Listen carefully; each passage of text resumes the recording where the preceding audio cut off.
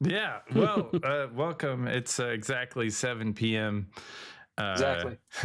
It's the Geeky Gamer Podcast, featuring not. Well, of course, I don't update all of the titles. Anyway, it features music by all lowercase letters and Mr. Interrupt, as well as a super special thanks to our Patreon members Tim Roberts, Daniel Hulker, Nostalgic, and Natalia Cline. Natalia Cline. Production, though I hate to admit it, is by Couchfire Media. And all that other stuff is Trois Riblé Productions. Thank you. Blame them. Thank you, George Sirois, for joining us on this this Thursday podcast at exactly 7 p.m. Exactly 7 p.m. Yes. PM Exactly. Eastern time. What do you have to say for yourself, William? What do I have to say for myself? Yes. Yeah, I'm doing all right. I'm feeling better. It's good. Hey, George, who are you? Who am I? Well, Who are you? I've been spending nearly 50 years trying to figure that out. But the best thing that I can say is that I am an author, I'm a podcaster, I am an audiobook narrator, I am a voice actor, all around. If I were to put myself as one word, it'd be storyteller. That was what I came up with when I basically just took 4 of my Duplo blocks and said, okay, author, audiobook narrator, podcaster, voice actor, and get them all to stack up on top of each other and be just like one thing. And then I realized storyteller. So that was my breakthrough moment. That's pretty close to what I have. I have that you were the head of the Missouri Writers Guild for a minute there a couple of years ago. Yes. You've written this series of books called Excelsior, which I'd love to go into. And apparently there's the third of a trilogy, Greater Glory, coming out shortly, as well as there's a 5-part series that you've written from Parts Unknown. You are a speaker and a podcaster, and if you want to find George's podcast, Excelsior Journeys, and you do another one From Dusk Till Dark outside the Marvel Studios. From Duck Till Dark. Or Duck Till Dark. I wanted to say From Dusk Till Dawn like over and over again. And so that's where my mind is at. I presume Got a funny story about the name of that. So yeah, is that where it comes from? Like Howard the Duck meets the Phoenix. It was basically what it was the original idea for the podcast was just called Outside the Marvel Studios because I wanted to pay tribute to all of the Marvel movies that had come out before, during, and after the start of the MCU, and I was talking about it with one of my friends, and I said originally it was just going to be called Outside the Marvel Studios. And I said I wanted to take this from 86's Howard the Duck all the way to 2019's Dark Phoenix. I said, I'm going to go from Duck Till Dark. There's your title. Yeah, and I presume that you don't talk about the animation. That's not. No, but I am actually looking to get started with a second season of the show in the near future. It's just a matter of me committing the time to do it. I may do it in November as part of the National Podcast Post-Month Challenge, because that's how From Duck Till Dark got started anyway. So Yeah, I may go back to that, but at the same time, I'm not sure what the future holds for that. I got way too many projects right now up in the air. If I were to take on one more, then there's only so much time in a day. You got to sleep, at least 2-3 hours a day. The reason I ask is I think I worked on like 4 or 5 animated, maybe 3 or 4 animated Marvel cartoons. So I was just wondering if any of those made it in, and the answer is no. And the answer is not yet. Not yet. The answer is not yet, because TBD. there is a future. There is a future for From Duck Till Dark for a second season, and hopefully more in the future. Sure. But as of right now, the ones that I just focused on is that one period of time until 20th Century Fox was unfortunately bought out and that's when we have what we have right now. So Howard the Duck wasn't the first. it was the first Marvel movie. There were other comic book movies that had come out, but Yeah. the first one to be recognized by Marvel was Howard the Duck in '86. And when George Lucas is the one behind it, you kind of go with it, and then they saw it.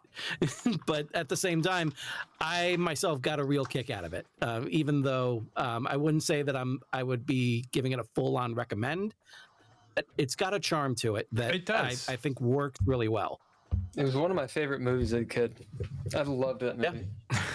It's When I saw it with my friends in '86 at the theater. As far as the possessed Dr. Jennings sticking his tongue into the cigarette lighter, and that was when my friend's mother came down. It's like, we're leaving, and that was it. So I had to wait until it was on HBO before I could see the rest of it. Yeah, I think I saw it on HBO as a kid. Because my mom wouldn't take me to see that movie. And it's only, I mean, I saw tons of movies on HBO, but I don't think my dad really realized. I mean, parents are divorced, and I don't think he realized that, I watched that channel. He was like, you just watch Nickelodeon, and then he'd leave the room, and then I just watch whatever I want. Yeah. Back in the day, we had quite a bit at our reach, and some of us grew up a little faster because of that. So, what was this thing you were talking about? The National Podcasters what? Oh yeah. So I discovered in 2018. This was around the time that I just started the Excelsior Journeys podcast. But there is a challenge that goes on the same month as National Novel Writing Month. Yeah, NaNoWriMo. With that, NaNoWriMo, it's where you write a 50,000 word draft of a novel in only 30 days. And I really emphasize draft because there are way too many people that just say like, hey, I wrote a book. And on December 1st, they go to KDP and just hit publish and hey, yay, it's out there. Why isn't it selling? Because it's the first draft. So, but what the National Podcast Post Month Challenge is, every day throughout the month of November, you record an episode of a podcast, and usually like a average is about 10 minutes long, and then you edit it, you put it up. There you go. Every day, in the month of November, you do that, and then by November 30th, you got 30 episodes already set to go. And it's called National Podcasters what? National Podcast Post Month Challenge. Podcast post. I call it Napod Pomo. It looks like doesn't quite it's roll off the tongue as easily as NaNoWriMo, but yeah, no, that's cool. I'm not surprised they do that, because I did NaNoWriMo in 2015 at the behest of a writer, and I wrote a book in terms of words. But that book words were written. That story, that setting became one of the settings for Dreadlore, which is the tabletop role-playing game that we play. So it did go somewhere. It's just the book is different direction. Book's awful. It's pretty bad. It's really good. You could revisit that in the future. So in different ways. Yeah. Well, that's the other thing is like, I wrote it in 2015, and 2017, my buddy was like, hey man, I think someone already wrote your book. And I was like, what do you mean? He's like, yeah, have you seen The Expanse? Oh. And I was like, shit.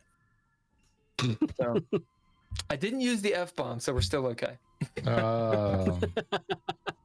We're still okay. It's like a PG rating. You only get only get a couple. So right.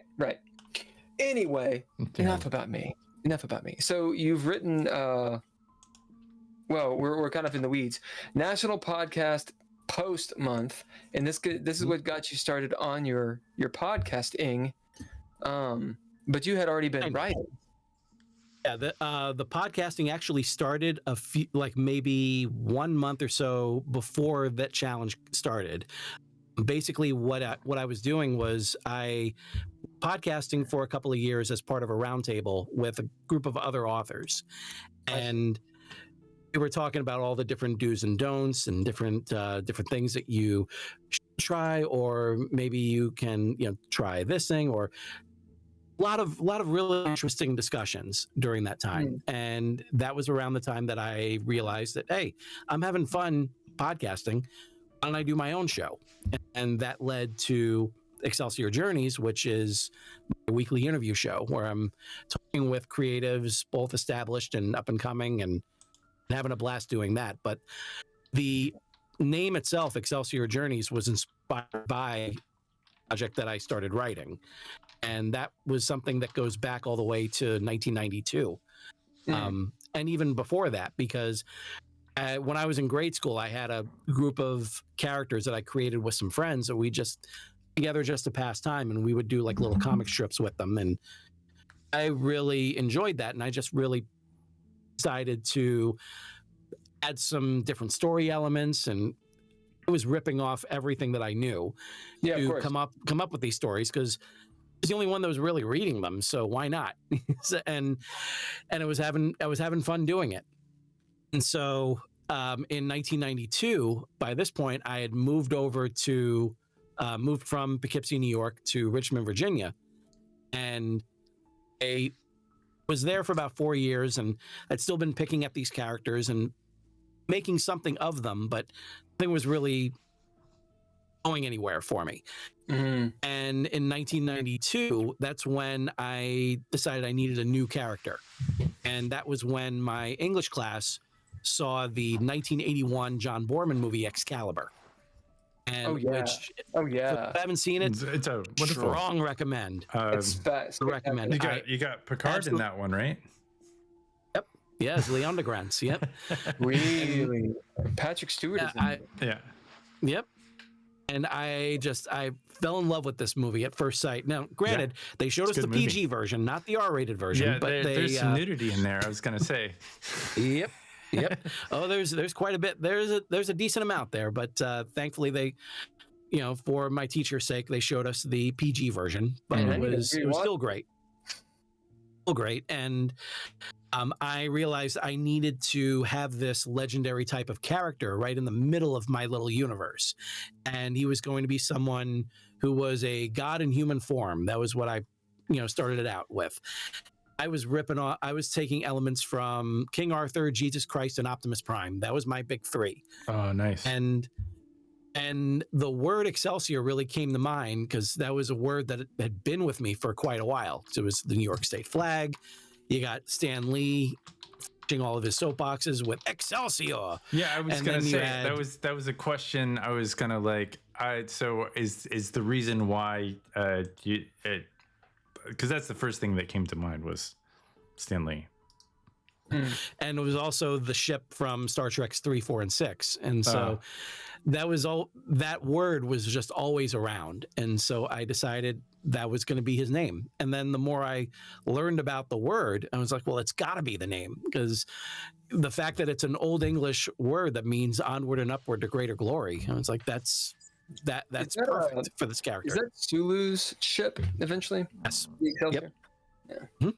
Yep. And he wanted it at first. They hint at it really well in 3 and 4, because he was saying that it was supposed to have transwarp drive. Yeah, transwarp drive. And then in 4, he was saying, like, with all due respect, Doctor, I'm counting on Excelsior. And then finally in 6, there he is at the command of his own ship. It's that one. So it was great to see that kind of evolution there as well. And so I'd been picking at this character for 16 years when I finally decided that the time was right for him to get an actual book. And so first draft was written in 2008 using not on the NaNoWriMo month, but I wrote it in June of 2008, but I used the NaNoWriMo template. and I wrote the first draft in only 30 days. Wow. And worked for a couple of years with a story editor, and we really just kind of expanded the lore and the planet itself that he came from, and had a lot of fun with it, working for over 2 years, getting it just right. And then finally we got it out in 2010, and that version I went ahead and self-published, but then it's been picked up by, now it's on its third publisher, because went to one publisher who is here in St. Louis, and then they closed up shop. Then the other one really wanted it, picked it up in 2017, and that place wound up shutting down in 22. But my agent was really adamant about finding it a better home, and she found a great one for it. So the plan right now is for part 1 to go into print once part 3 is finished. So it gives me a good incentive to just finish the damn thing. So I'm working at it, and it's a lot of other projects that are going on at the same time. But in the end, I'm thrilled with where I am, and they wound up picking up my other story from Parts Unknown as well. So I'm really, really happy to have this publisher, Ronan Weatherford, as my home. Yeah. Well, I mean, the obvious question is, how did you go about getting a publisher, getting it picked up in the first place? Because I've self-published, and that's a hard game. Getting any kind of sales is really difficult. Yeah. It is, yeah. And when it came to the self-published version of Excelsior, I put together basically an early bird special. I reached out to everyone that I knew and just said that if you buy your copy now, and you not only guarantee your signed copy, but you also get your name listed in the back of the book in the acknowledgement section. And right. So many people signed up for that. So they wound up covering all of my setup costs, all of my printing, all of my shipping for everyone that was out of New York at the time, because that's where I was living. And it wound up being a success because I didn't have to put up any money for it. They went ahead and did it for me. And this was just around the time when the Kindle was really starting up. So someone was able to set up the ebook for me as well. And it did fairly well.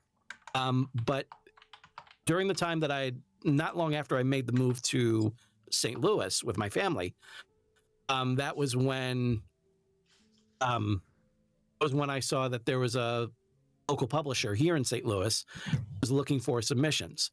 And so I went ahead and decided to take a shot at it, and it's a small press, so I didn't need any representation. And they were really receptive to the story.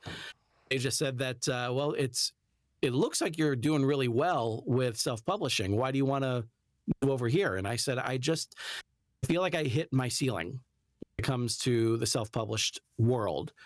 And I am really looking for someone who's going to invest in me. And I need a team behind me. I feel like that's kind of where my head was. That's where my head continues to be. Just having a team behind me and investing in me and my stories right there is a win. And there's a lot of options out there for authors. Even if they've just gone the self-publishing route, there are so many small presses that are out there that are looking for new voices. So I would say, by all means, give it a shot. And you might wind up actually getting connected with the right people that end up getting you an agent. And then that's when the fun really starts. Well, I think it's getting a little bit ahead. I mean, I see what you're saying, but if you're at that point where, for example, if I talk to a small press, right, I'm going to email them and I'm going to say, hey, look, we did a Kickstarter. It was successful. et cetera, et cetera. Maybe we've sold 100 books, and they're going to be like, great, right? So did you use a Kickstarter type thing, or how did you communicate with this group of people magically? Because that's kind of the thing, like getting in touch with a mass of people and having them listen. That's a pretty big accomplishment in and of itself. For me, it was just reaching out on social media. I didn't use Kickstarter. I would use them later on in 2015, when I would get money for my raise money for my voice lessons to go into the voiceover world. But when it came to this book, I was working with a lot of people. I was working at Top of the Rock. It is the observation deck on Rockefeller Center. So there were about, I was working with like about 20 something other people, and they all loved the opportunity to see their names listed in a book. So how were you working with I started out as a host. So I was one of the people that was basically just corralling everyone to go from one section to another. And after 4 months, they made me a lead. And so I guess I don't know what is this job. I guess I don't understand it. Basically, it's just like when you're on the observation deck at Rockefeller Center, or at least making your way up there, there are people that will scan your tickets. There are people that will get you on the elevator. There are people that will direct you to where you want to go. People that will help you with getting all the way down, and just constantly working with you, making sure that everything is moving smoothly. And hospitality. Yeah. Okay, I dig. Yeah. So you were working customer service / hospitality job, and how did you leverage that? Yeah. It was basically just, I made friends quickly over there. Yeah. A lot of younger people, and I had a lot of fun working with them. They kept me young. At that point, I was about to be 33, and I was working for a nonprofit company, for about almost 5 years when January 2009 happened, and all of a sudden, half of the admins that were there were let go. Yeah, it was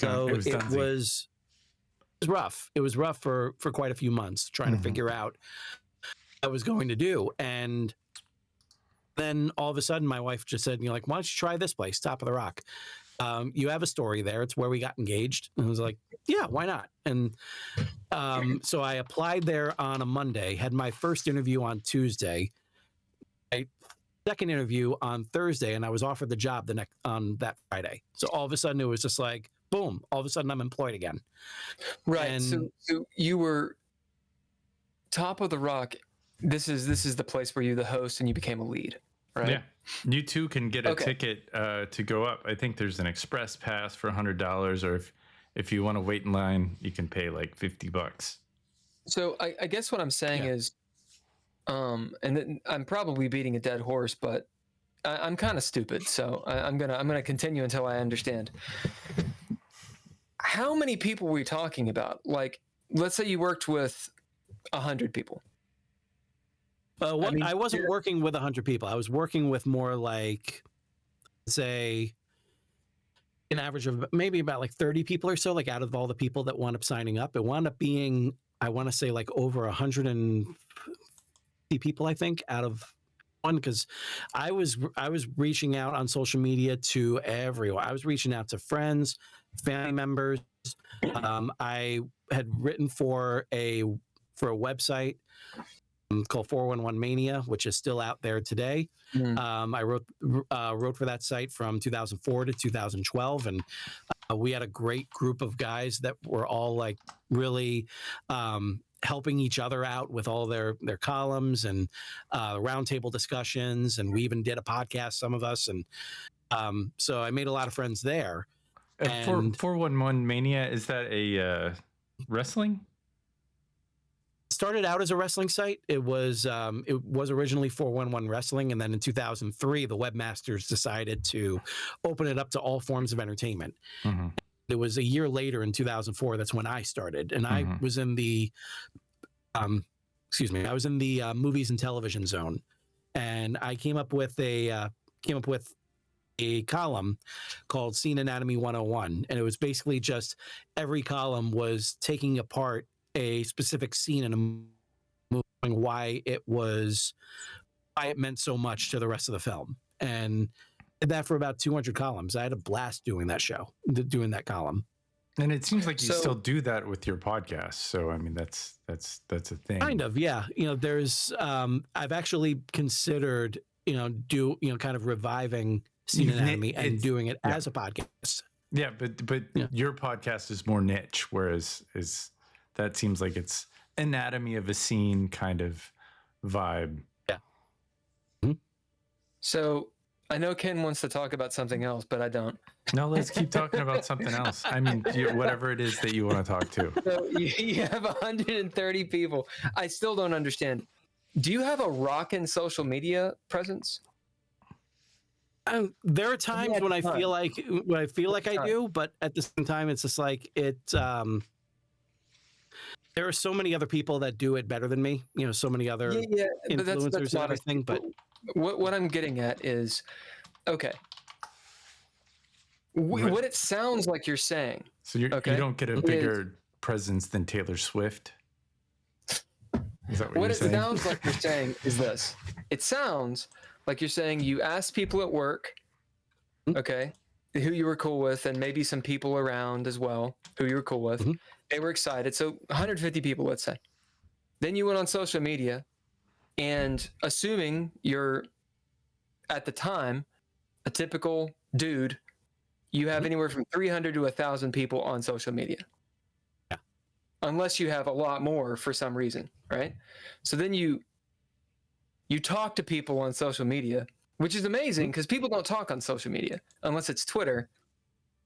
I don't know who are you talking to on like Instagram, like sliding into their DMs.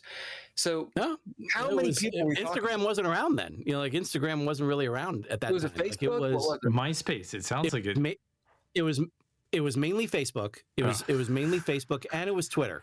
Oh. A lot of I wound up making a lot of friends on Twitter, and it was really just kind of reaching out to fellow writers. How many? Yeah, I'm getting on this because this idea of leveraging social media is obvious, right? Leveraging the people you know is obvious, but like 500 people, that's not that many people. 1,000, like you went from you talk to people, randos on social media, friends and family. Okay, 50 people. Whole bunch of people at work. This sounds like you're constantly plugging it. Let's say you got 500. Let's say that's a lot of fucking people to be doing this. That's 500 people. That would be a lot. There'd be a whole. I mean, like I said, I only got like about wound up being about 130, 140 or so people. Total. Wound up, total. Okay. And that's with. And a small publisher gave a crap about you at 130 people. That answers my question. It's called quality over quantity, I guess. And it was also I was also offering them something. I wasn't just saying here, like buy my book. I was saying buy my book and you can be a part of it. Yeah. And that's when everyone was just like, "Ooh, that'll be fun." You mean you get your name they get their name in it. You get their name in the back of the book. Yeah. Okay. So basically you did Kickstarter before Kickstarter. Basically, yeah. It was around. It may have been around the same time, but I set up my whole thing through. I think I did it through Google. Actually, I think it's either Google or an Excel spreadsheet. Track of everything. Yeah, who knows? Both. It was a lot of fun. Yeah. Okay, so then you shopped around. So you got the book made. You self-published it. Okay, cool. Then you started shopping around to small presses and saying, I shopped it around to one small press because they were the like, ones that all of a sudden. All right, I'm going to go ahead and say you are either an amazing writer or you are lucky as. Right time, right place. Right time, right place. And it really was. It's a different world than it was 15 years ago. That is mind blowing. And I'm so this envious. was You're like, I made Thank you. something, and people are like, I want to see it. Yeah. No. Yep. I want to buy it. Right. Like, It's what? it's done well. It's done well, I will say, in all of its iterations. As a self-published book, it did well. When it got picked up by Rocking Horse Publishing, which was my first publisher, it did well there.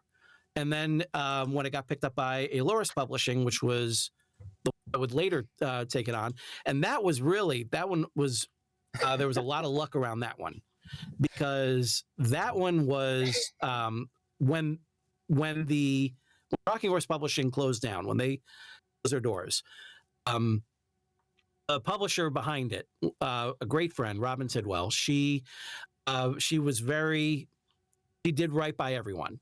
She just like, here are your rights. I'm not holding on to them. You guys go about your merry way. Everything's fine. No worries. You owe me nothing. It was really very, very simple, open and shut and everything. It was great. It was great. And it was at that same time. Continue. It was at that same time when one of my best friends, who I had gotten into Rocking Horse Publishing, she had gotten herself a job with another small press as their editor, and said to me, "Let's submit Excelsior over here. And you're working on the second book right now. Just go ahead and submit it over here."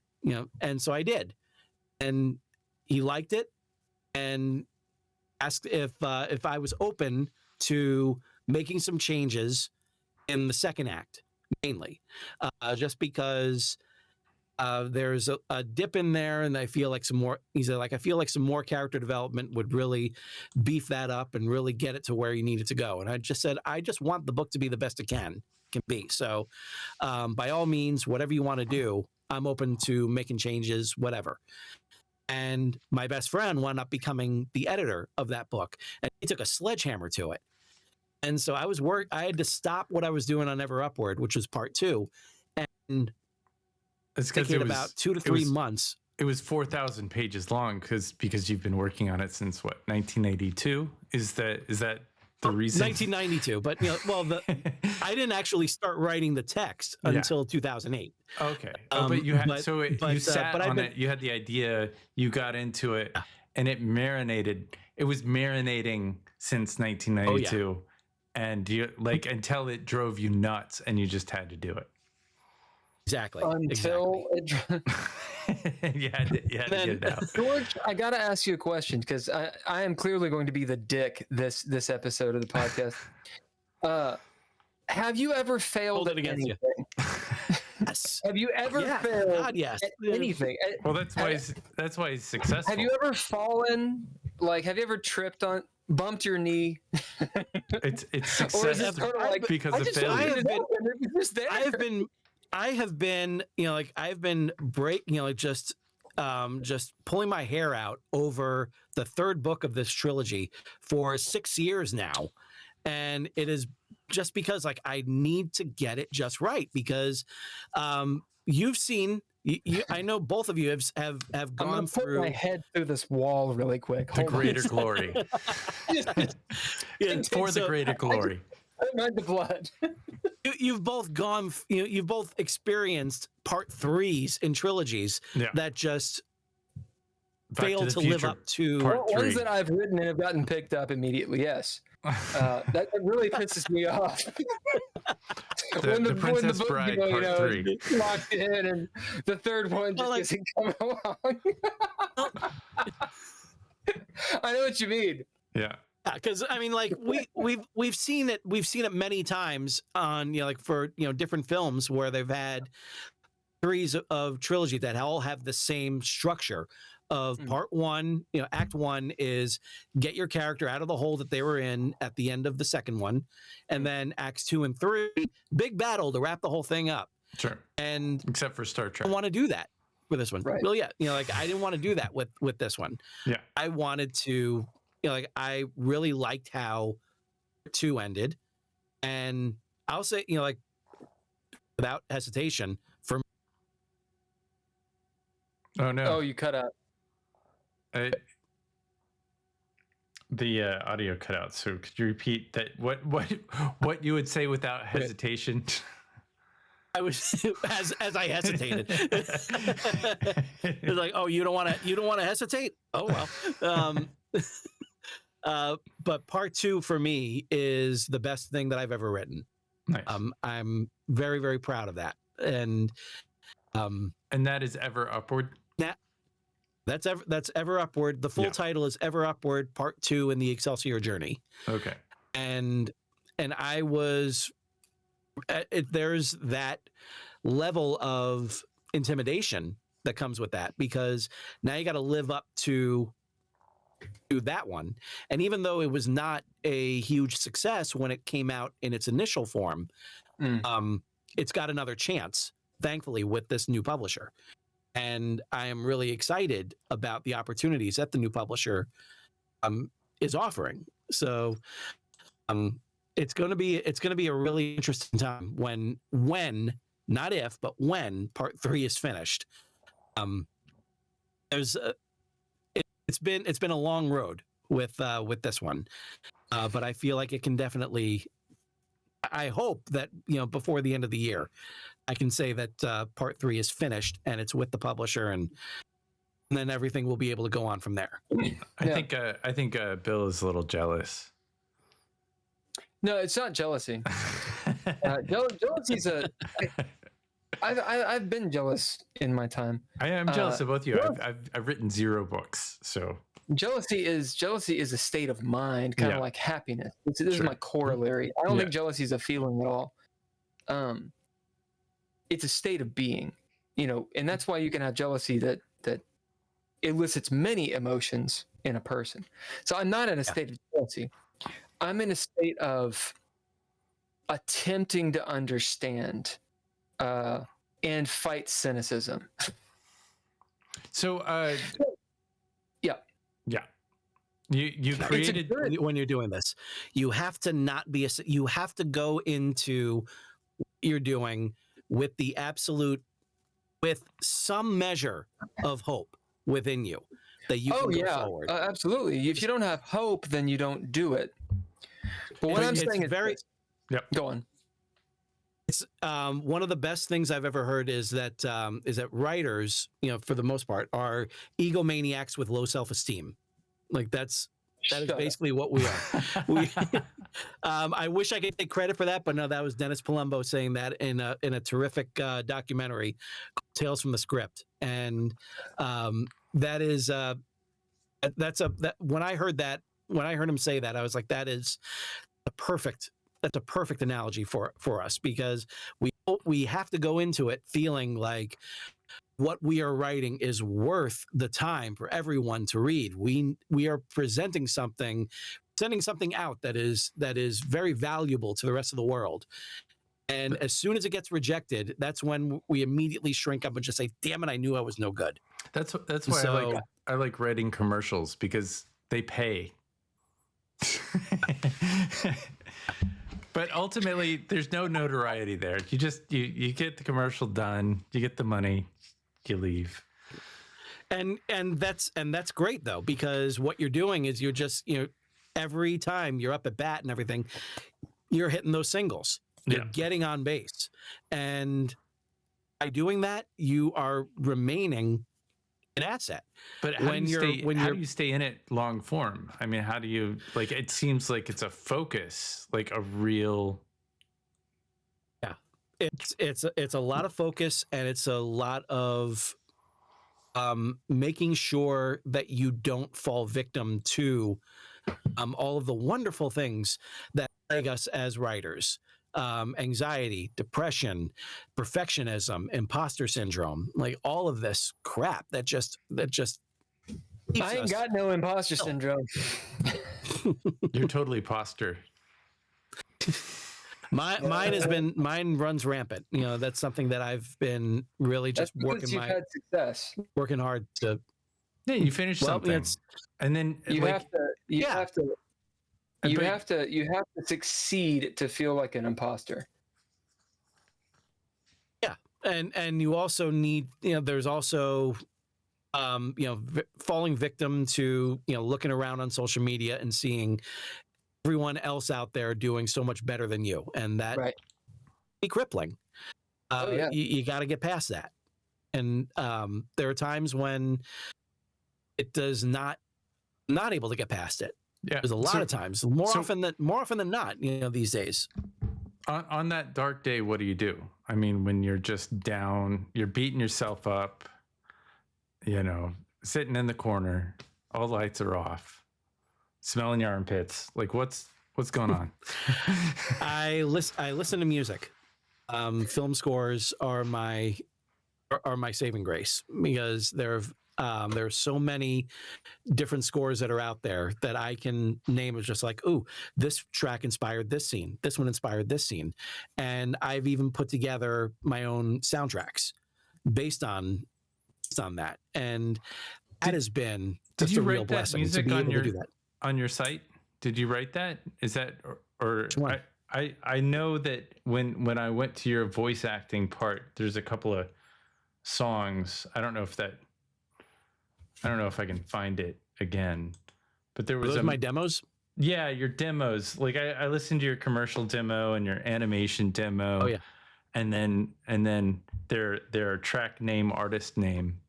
So it's not... those were put together by over at Clayton Studios. Okay. On Big Bend. That was me in 2015 after being laid off from my admin job over here, sure, not knowing what to do next, and then coming across the documentary called I Know That Voice. And that was the one that John DiMaggio put together, the voice of Bender from Futurama, and which kind of pulls back the curtain and lets you in to the world of voiceover and animation and video games. And I was just like, I've loved wanting to do that all my life. And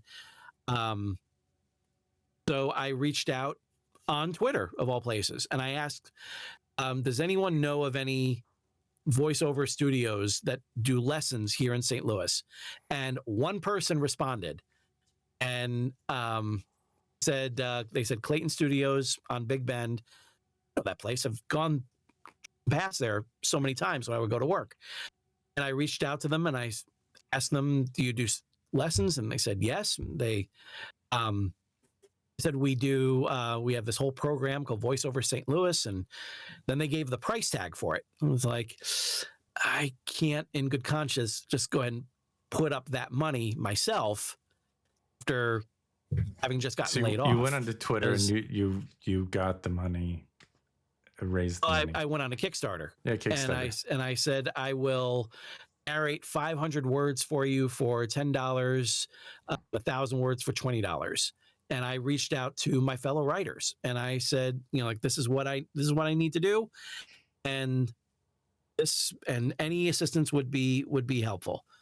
And sure enough, they wound up coming in. All these little commissions that I wound up doing for them.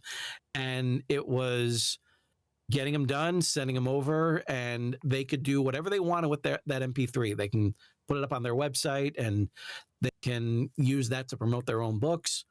And eventually, one day before the campaign ended, that was when I hit my goal. Nice. And breathed a sigh of relief.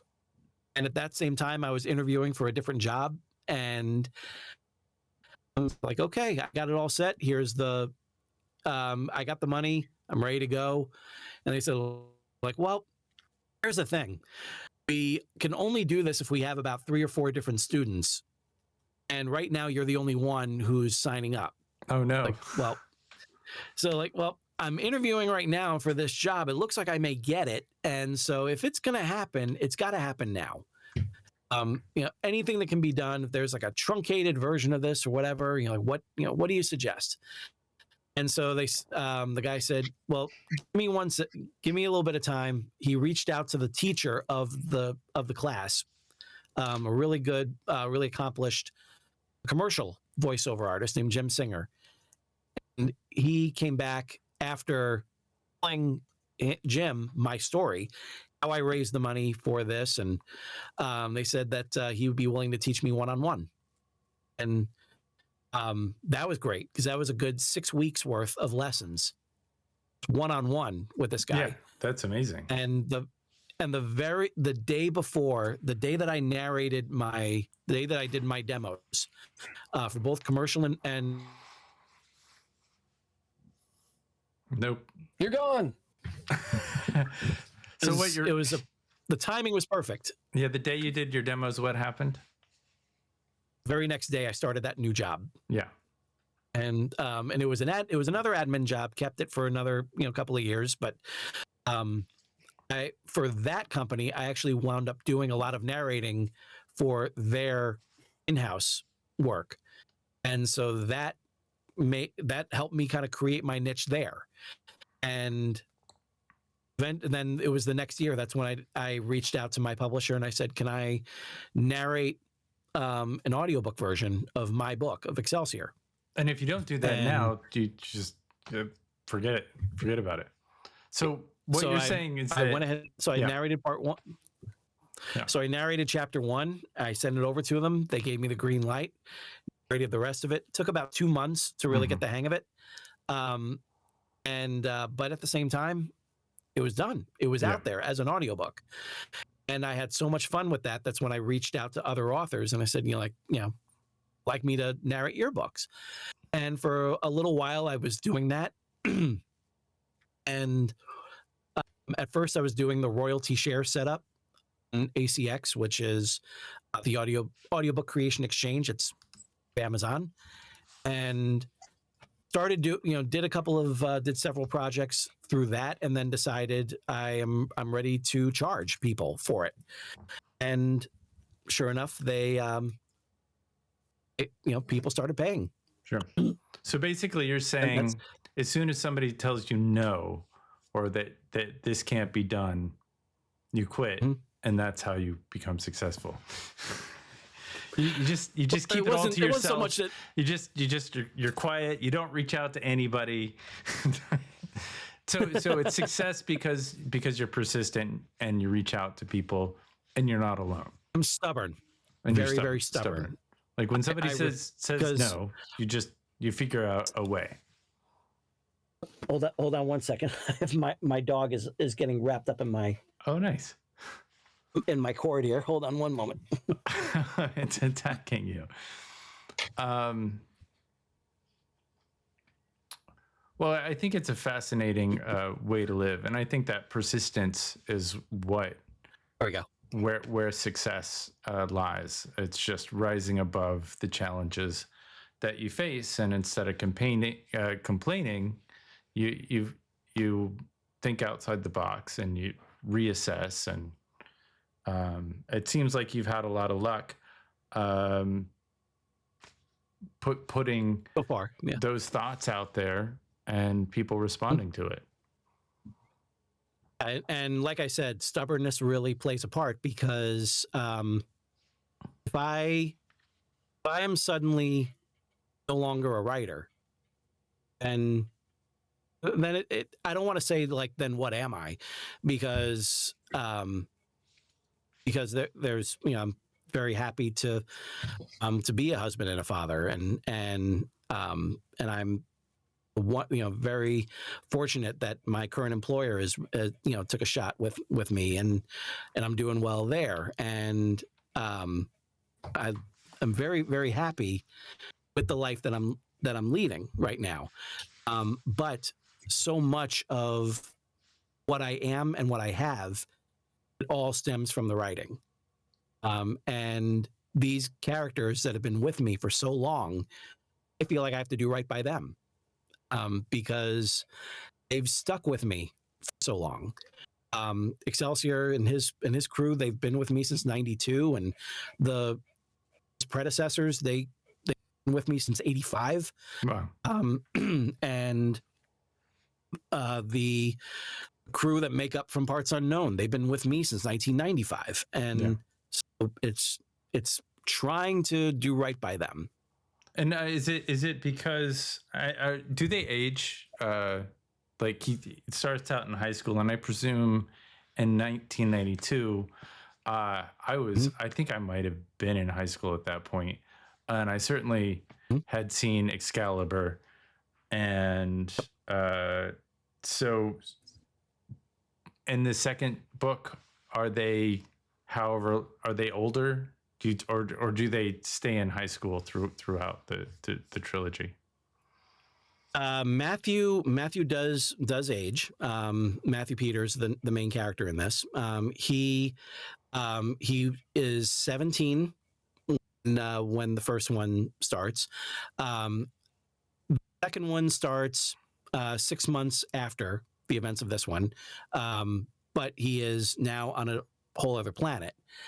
And the third one is a big jump forward because so much of what happens in the third story, it takes place on this other planet, NAB4, and for the way that time is relative to Earth, that 1 year on DNAB4 equals 10 years on Earth, and so this one, it's 3 takes place 3 years after the events of the second book.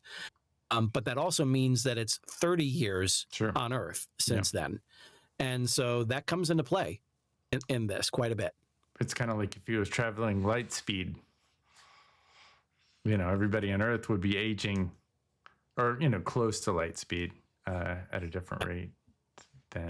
And he finds himself in this really uncomfortable situation where he's not even sure if he has a home anymore, and that comes into play quite a bit in this one. 30 years later, I would imagine deals with quite a few demons. I would imagine 30 years later, he's kind of like, what the heck? Who exactly am I? Yeah. And am I, Matthew Peters, just a shell for this life force of a god, Excelsior, or am I my own man? And that's something that he deals with pretty much throughout the entire trilogy. That's really Matthew's main arc. Is everything just meant for him to be led like a marionette puppet, or were his own decisions coming into play that led him to eventually be where he is?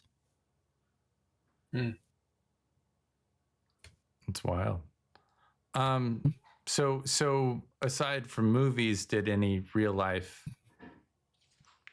make its way into the fiction? Yes. When I was a kid, I kind of set up my own little office in my closet. And when I was growing up in Poughkeepsie, so that element kind of comes into play in the story. There's also a major element that takes place, a major plot point that happens in.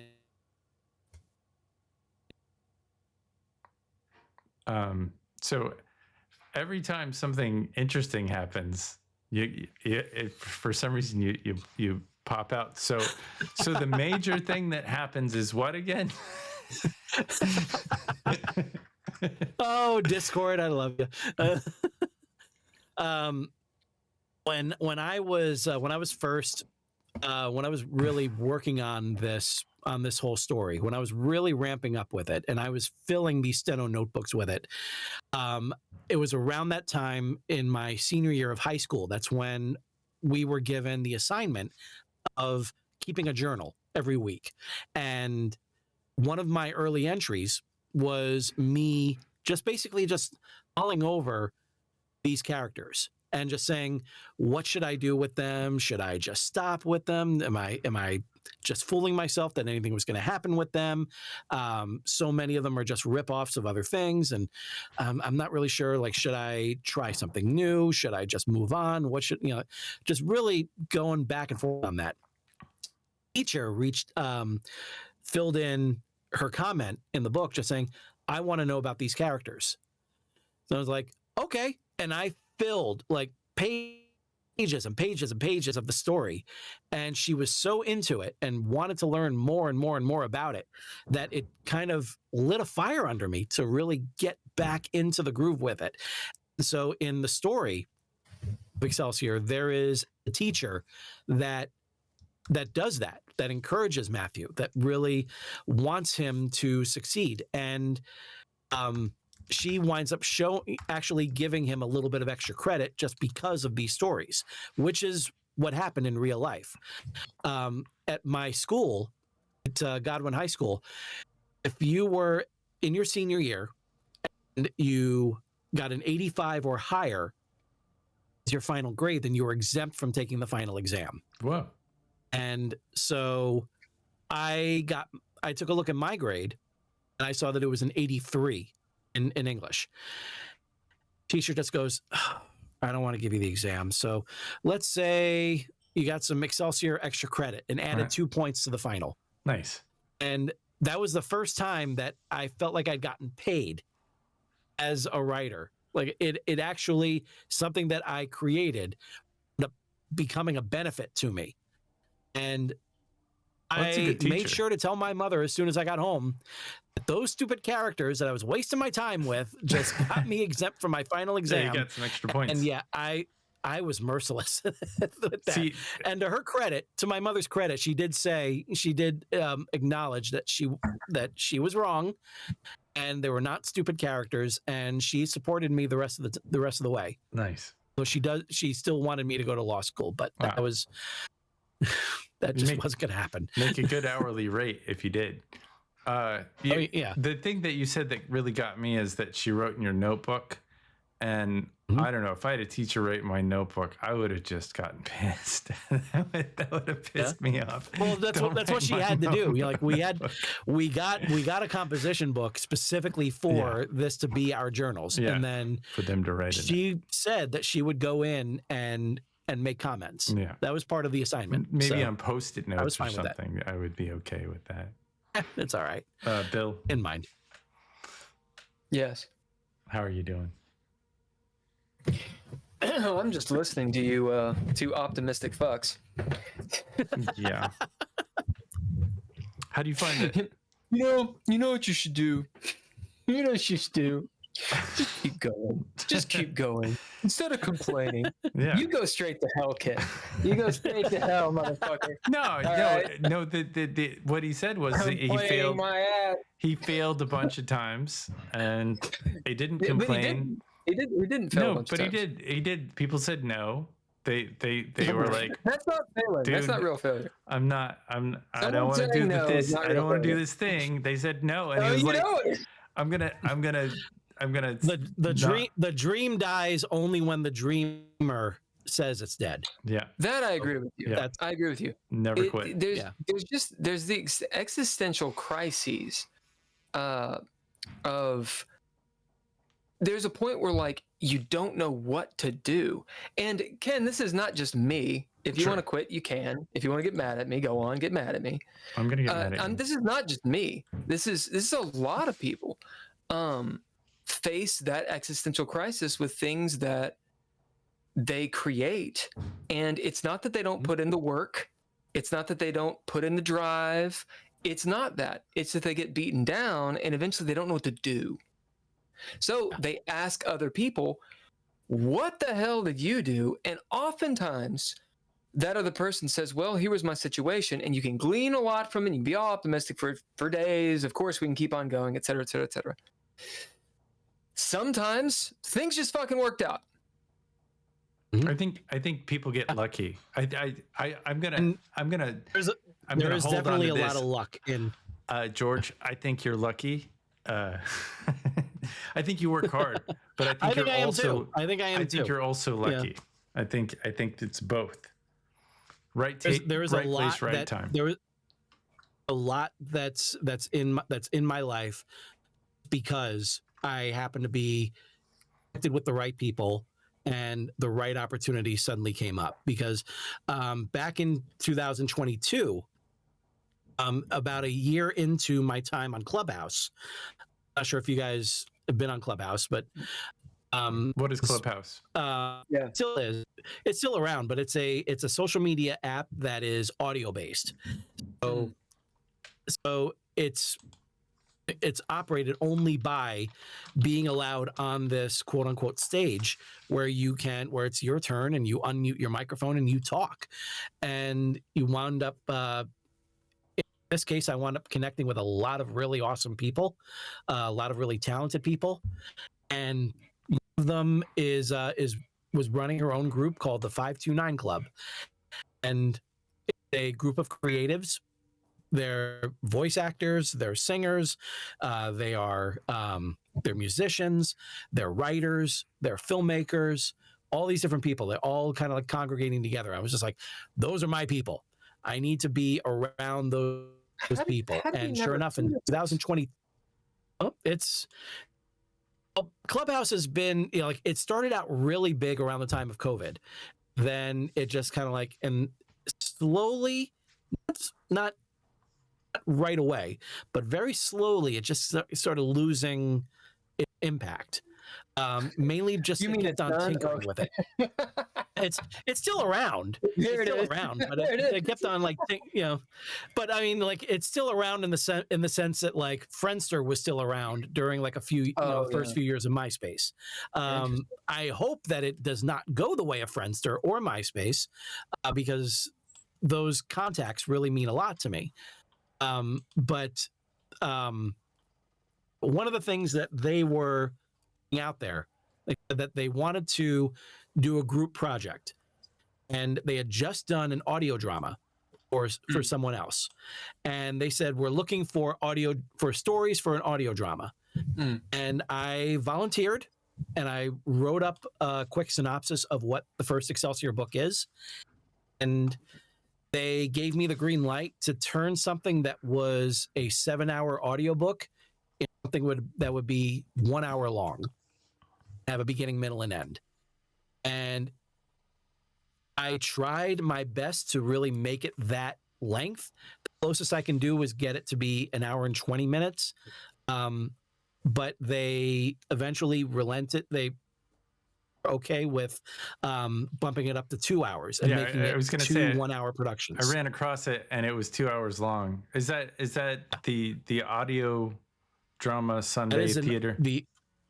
Yep. Yeah. Audio drama Sunday theater. That was a show that I started, and I'm going to be bringing it back soon with a new host. And I'm letting my friend David Lucas really run with it, and he's excited about it. So I think that's going to come up in early 2025. But I started that show as a means of getting Excelsior, the audio drama, out there. And I since renamed it Excelsior, the Audio Journey. But this was this poster right here, like that. That was my that was one of the most creatively fulfilling things I've ever done, because there are people bringing life to these characters that had only been in my head for 30 years. Sure. And it was amazing. It was an absolutely amazing experience. And everyone was terrific, and just so many great actors. And the great thing was that when I made the announcement for the full cast on TikTok, I put together these graphics that show, really, highlighted everyone and said like which character they were playing. And so many people were saying like, "Oh, that person's great. Oh, that person's great. Oh, you got that person too. Oh, that's awesome." And there was an excitement building up through that during the rehearsals.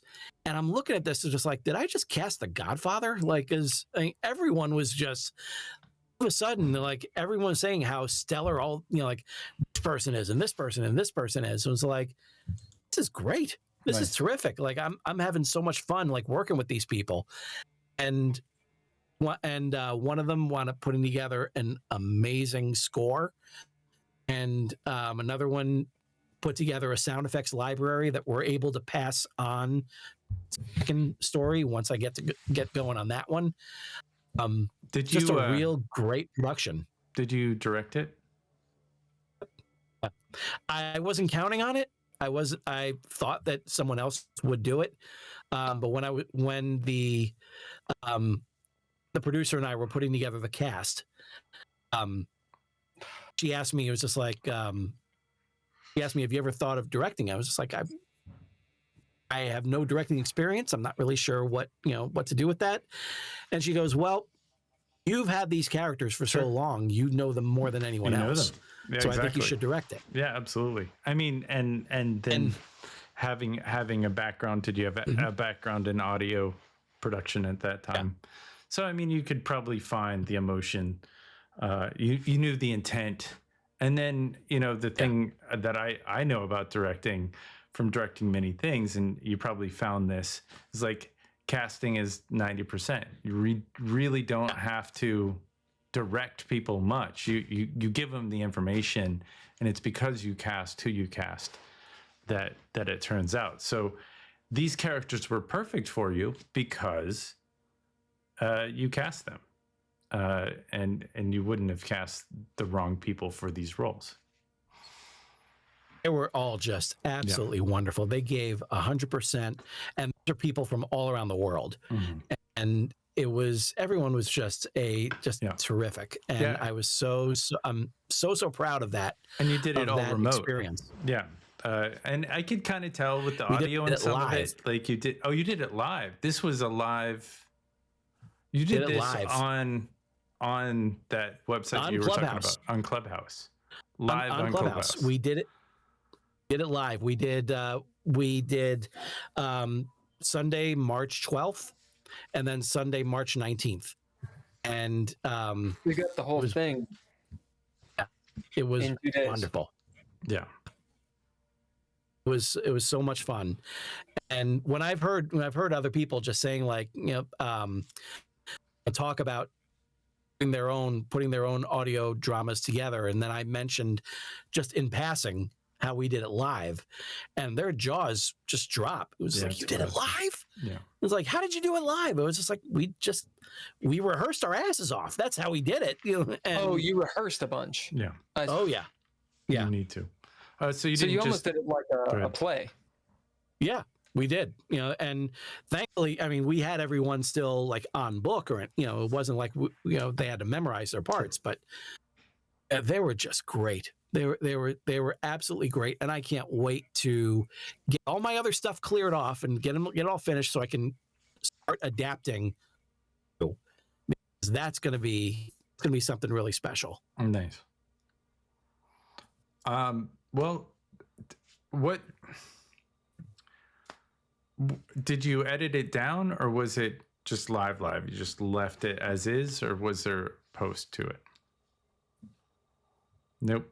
You got to say it again, because Discord is not your friend. There were some spots where I had to go in and clean up. Yeah. There were some audio glitches here and there. I learned because I was using the desktop version of Clubhouse called Club Deck, and I was not only directing the whole thing, but I was also performing all the sound effects. So I had to line up all of the sound effects onto Club Deck, get it ready for that. And then I was just clicking on each one as they go. And the whole time I'm just like, oh, who's the asshole who came up with 300 sound effects? Oh, that was me. And, but it was, I realized early on that I really need to disable the chat window on Club Deck, and I need to make sure no other tabs were open, because Club Deck can be very fidgety. Yeah. And it was lagging for quite a bit at one part. We don't know anything about that.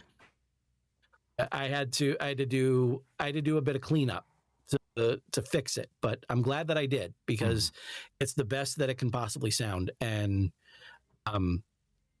I couldn't be happier with it.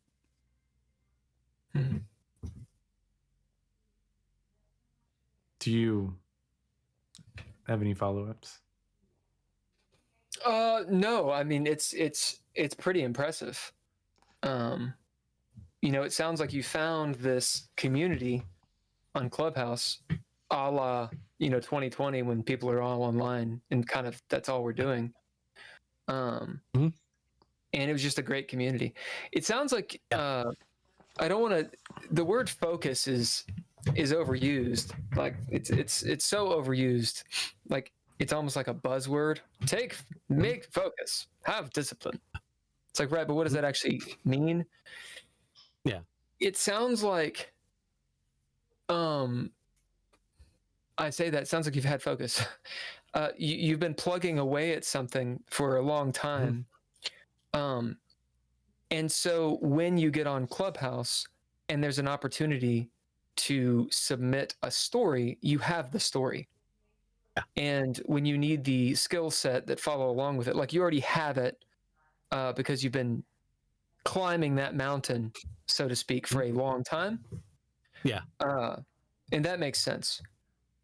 It's fortunate to find a magic platform that's audio only, full of people that you exactly need, who have the requisite skills and equipment to do what you want, who are willing to do it for free. Pretty wild. Totally want to do this thing. Just saying. But it's pretty wild. It is pretty wild. 2020, so they all have time to do it. Yeah. Right. Well, granted, it started in 2022, but I found the community actually a year later in 2021. Yeah, I don't fault you for that. I don't think that's luck either. I think that's you leveraging the situation to your advantage. That sounds great, and it makes sense to me. Like I could see that happening.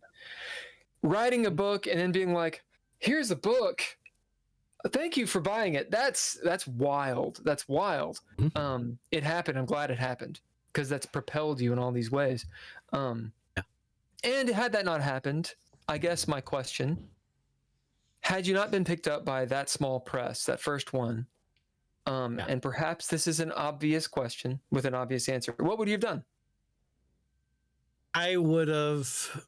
What's your next move after that?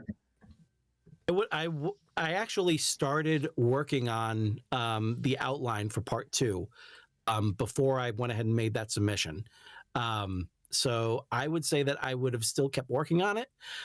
But I also feel like I probably would have burnt myself out.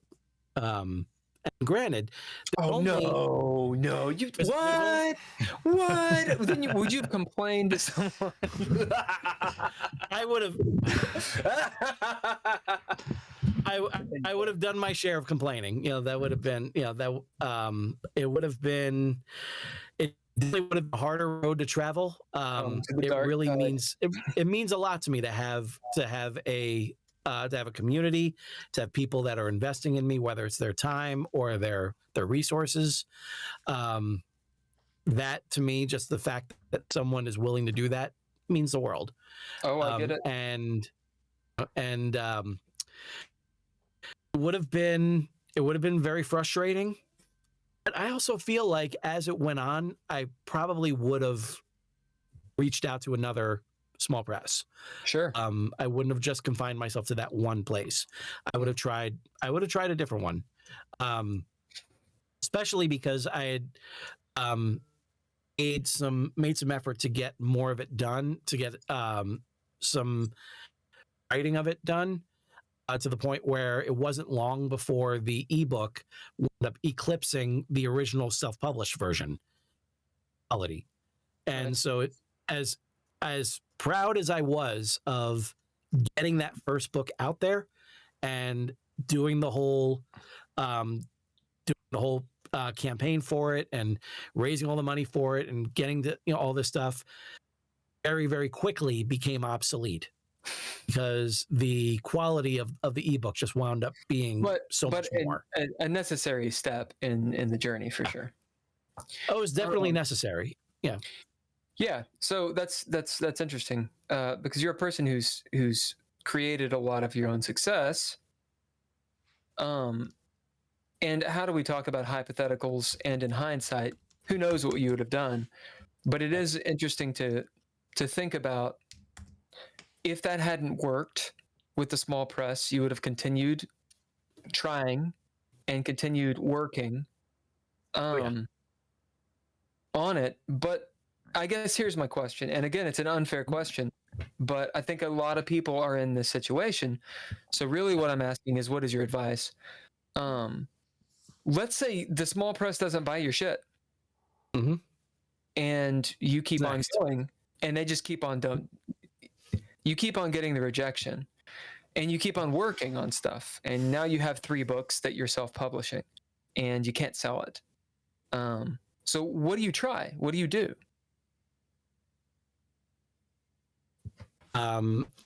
The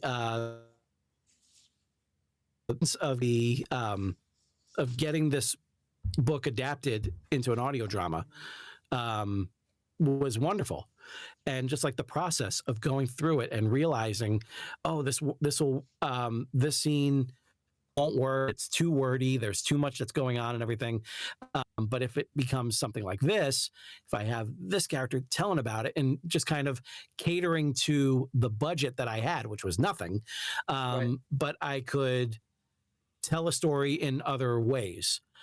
That would be something that I would say for those that are they keep plugging away, they keep working and digging and trying to make something really special, and they have a finished product. That's your asset right now. That's, like as what Ed Wood said in the movie Ed Wood. This is the acorn that'll grow a great oak, and you have something to start with. Now you can take it in all different directions. If you are self-publishing it, that means you have total control over it. So you can basically whatever you want with it, and find ways to get it out there. Does your publisher take a percentage, and do they do you have to pay them a certain amount? Do they own any part of your book? My current publisher, they own the printing rights. They I don't want to get I don't want to get too much into the weeds of the contract itself, but I will say that they're very fair with everything that they offer. Clearly, you did an audio drama, and they were like, "Okay, yes." They were not going to interfere with that at all. That was something that I had. Yeah, that was something that I was able to just kind of carve out of my own, because during the time that we were doing the negotiations, the audio drama was just about finished. So it all worked out time-wise. Yeah. So that way I had the audio drama, but anything that comes from the book itself, then, they would participate in. But so that's as close as I want to get into the actual weeds of the contract, but the contract is very, very fair. So switching it up slightly, what do you think about AI, like for voices? There we go. That's a good one. I think I broke him. He's gone. AI. He's back. What's going on? Can you say that again? Yeah. Yes. AI has its place.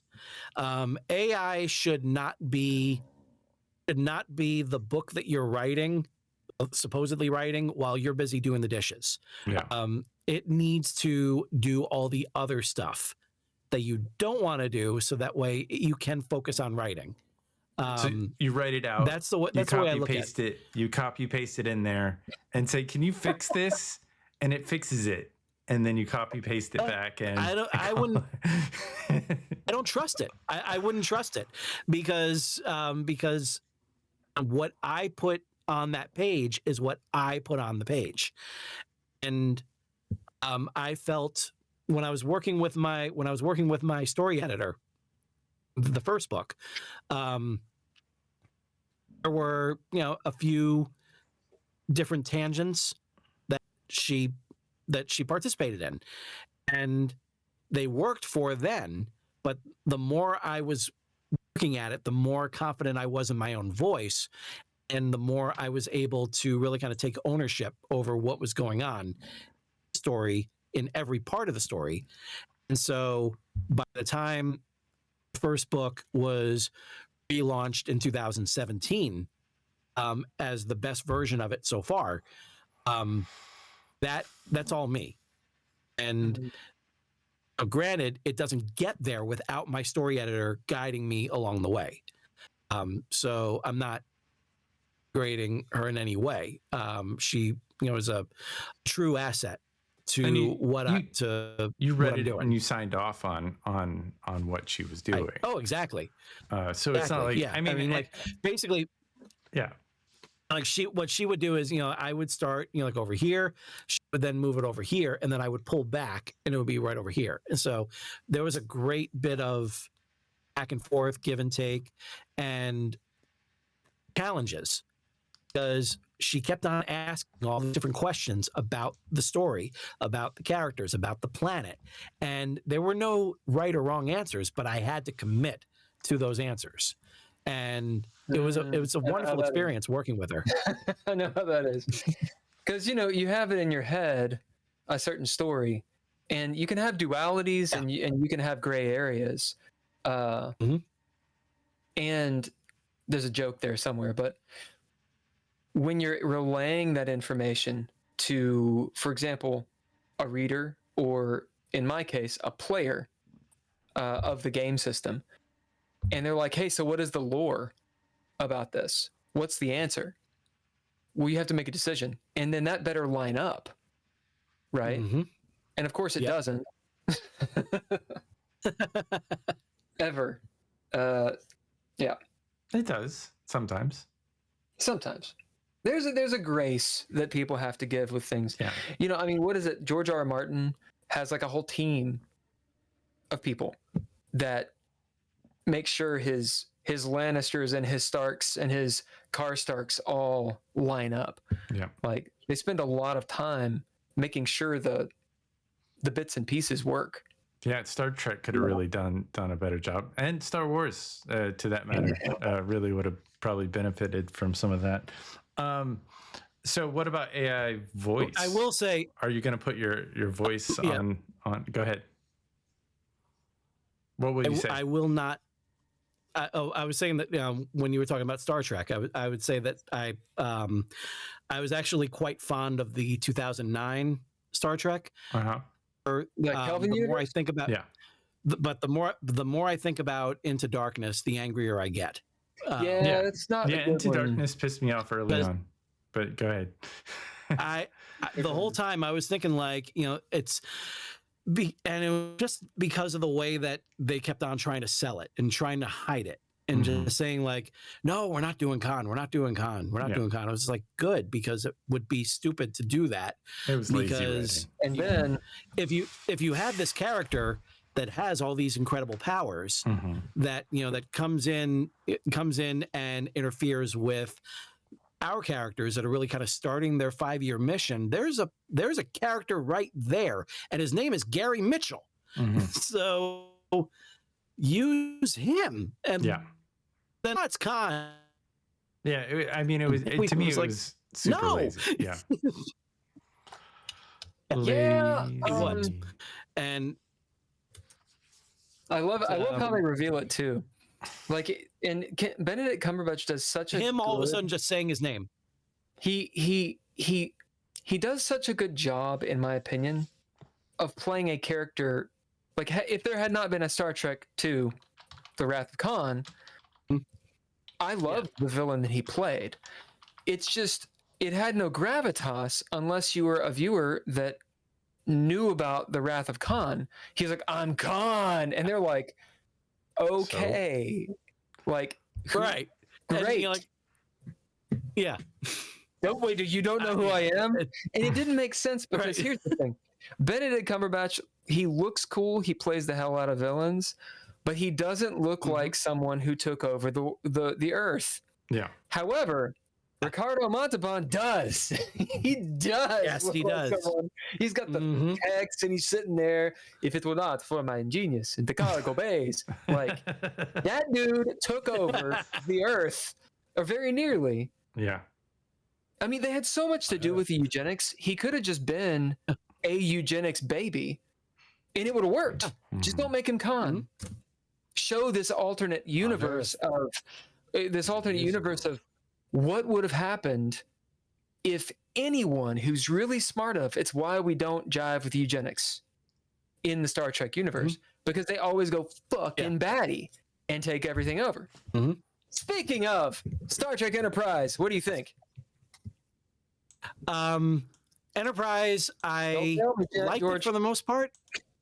Are you losing me? No, yeah, you're no, good. I'm listening to you. I was okay with it. I was not a regular viewer of it, but I would later on in life.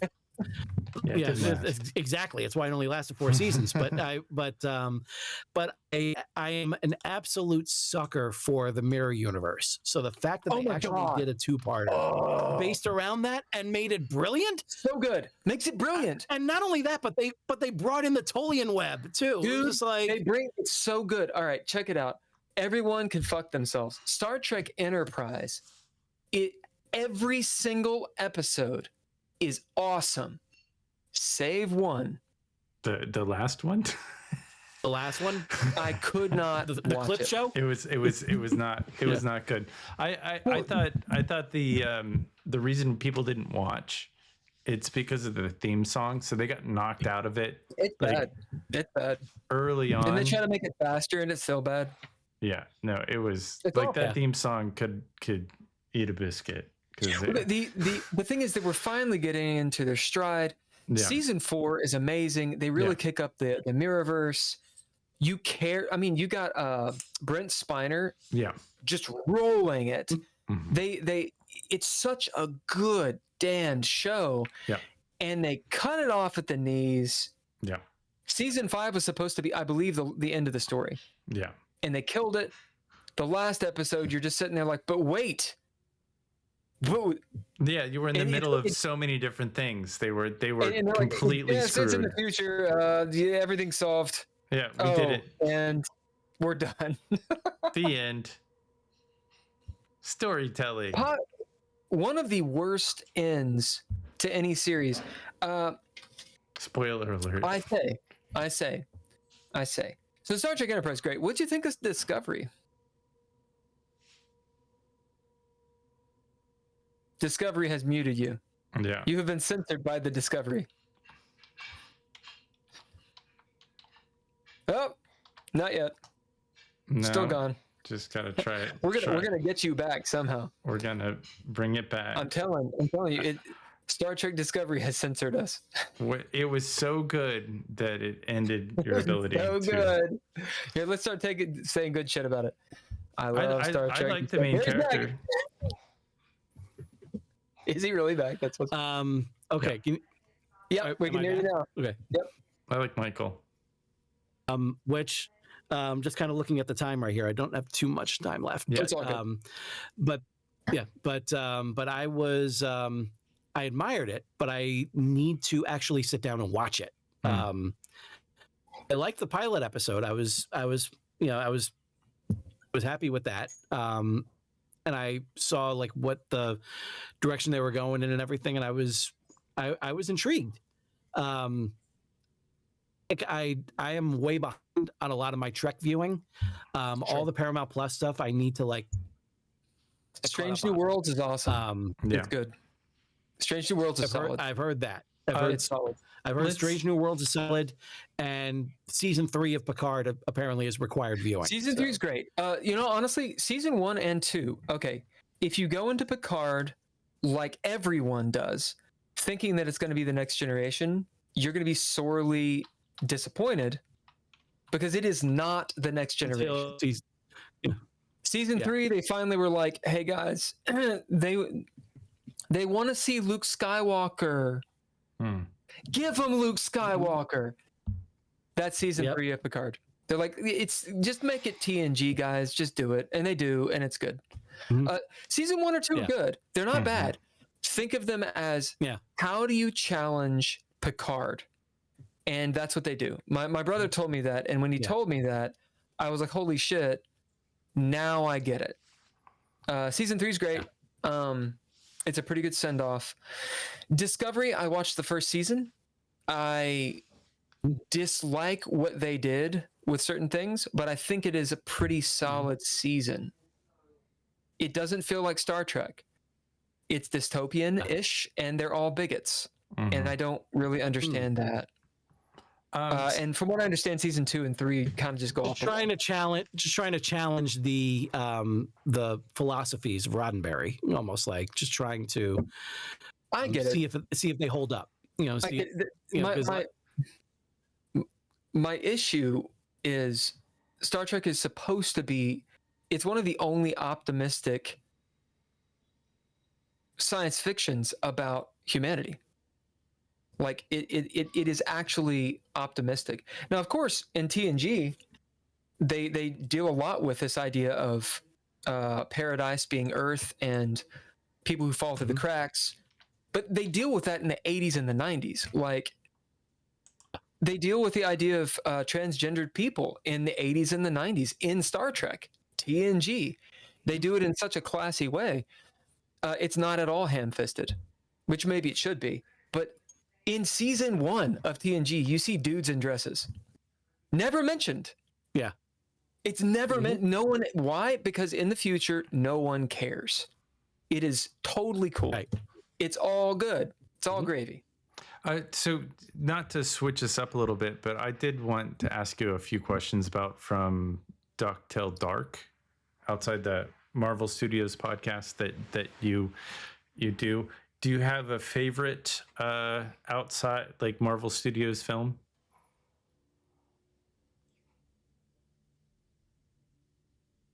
You do, but Discord won't let you talk anymore.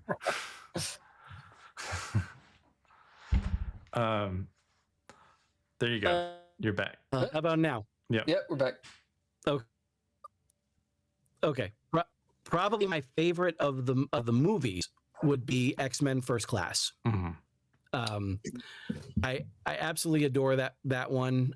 The X-Men series is means a lot to me because it was one that I actually took my father to see the first one, and it was my third time seeing it that first week, and I wound up taking him there for Father's Day, and halfway through during the train station scene, that's when he leaned over and just said, "This is really good."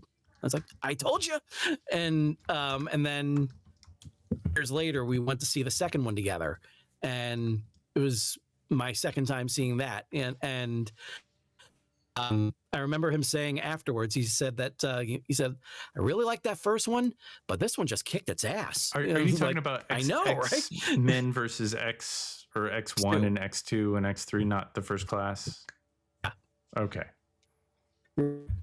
Yeah. So we did not see The Last Stand or X-Men Origins Wolverine together. The Last Stand was but I wound tough. up seeing that on my own.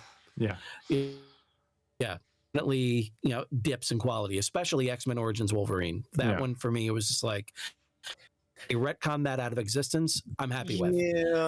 Yeah. The best part of that movie is the intro before the title. Was Gambit in that one? Those opening titles. I don't those remember opening that. titles were fabulous. Yeah. Yeah. This is the best part of the movie. Those opening titles were so cool. I was like, man, just show Sabretooth and Wolverine kicking ass through time, and I will watch this movie. Yeah.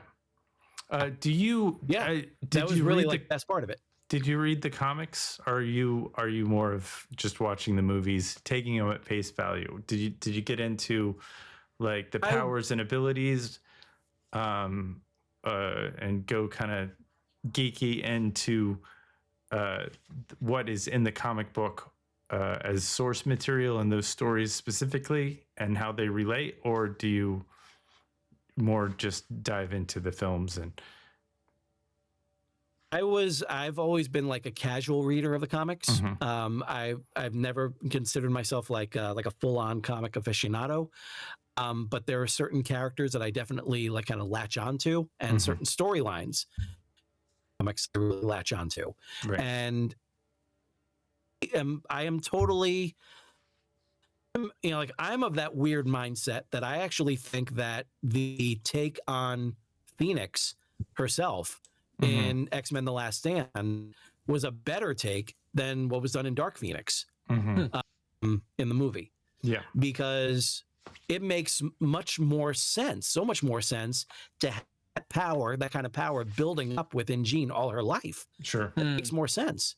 and her dealing with and it, to have it, you know, have it repressed and then bursting out the way that it did. I mean, that's a perfect analogy for everything that we bottle up inside.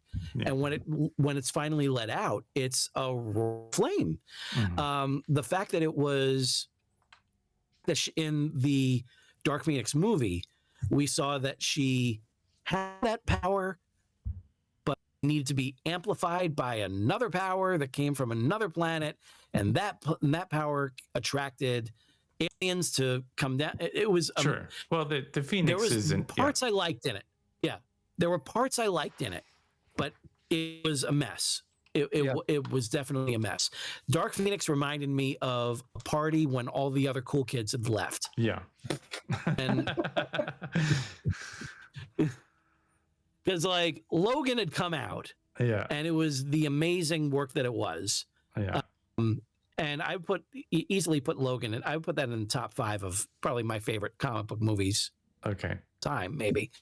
It's a great movie. I truly love that one. And it's a wonderful illustration of what comic book movies can be. Mm-hmm. It had heart. So like you look, yeah, and pain, and it was just and you know the fact that Patrick Stewart did not get nominated for supporting actor, to me is just like that's one of the all-time tragedies in Oscar history. And so I've always been like a casual reader, but at the same time, I welcome other takes on them, as long as you can commit to them. Because you know, Dark Phoenix, looking at the comic storyline, there's so much of it that's great, but at the same time, it's a mess to get there. Well, they were trying to do too much. From exactly. They were trying to do too much, and so like that was where I was with the Dark Phoenix movie. It was just like there was a lot there, but there was also too much there. Whereas Logan was like a story. This was a story that happened, and they did a lot better. I didn't see the movie, but I mean, I think I saw parts of it where he was depowered in a previous film. But I did find it weird that Marvel chose to do Wolverine as Wolverine. Depowered. The Wolverine, that was quite good. I actually like that one. Multiple times, and it comes back to what I was saying about Star Wars and Star Trek and all these franchises. People go to see these because they're fans. Right. I mean, there's a lot of people that are not fans that still go. They're marketed to, but the reason you make one of these movies is because of the fans. And it's like when I went to see Logan, I knew what I was getting into, and I enjoyed the movie. I was surprised by the movie. I thought it was awesome. But still nagging in my mind was this: how many movies have they done with Wolverine? And I want to see Wolverine being Wolverine. Right. And in Logan, you finally get to see it happen for about 2 minutes. Yeah. And it's like, dude, I don't want to see old Wolverine who can't get it up Wolverine. Yeah.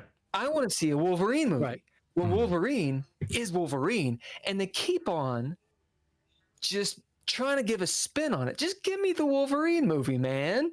I want the Wolverine movie. You know what? I want to see Luke Skywalker being Luke Skywalker. Sure. I mean, I thought this was.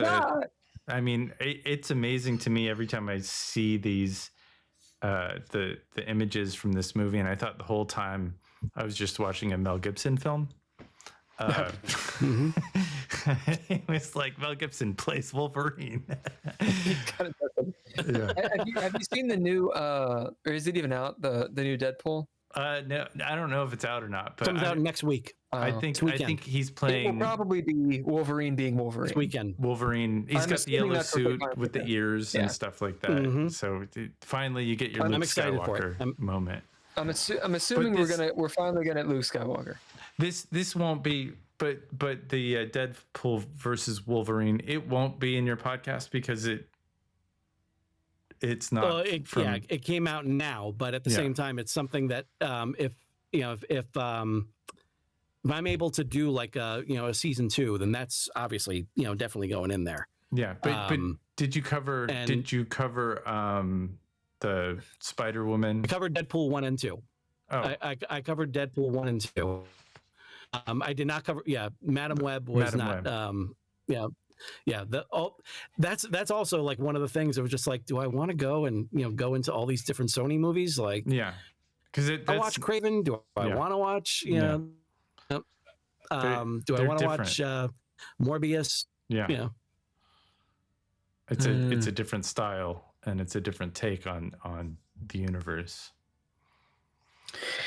Well, George, thanks for jumping in with us, man, and explaining your journey. And it sounds like you've got a lot of really cool stuff going on. Yeah. Ken, do you have any more questions for him? I definitely have a few more. Real quick, what is the most outrageous, the worst thing that you said you read some of the comics. Anything that stand out about some of the hero characters or villain characters that they did in the movie that just annoyed the crap out of you in the film? Like that was not them.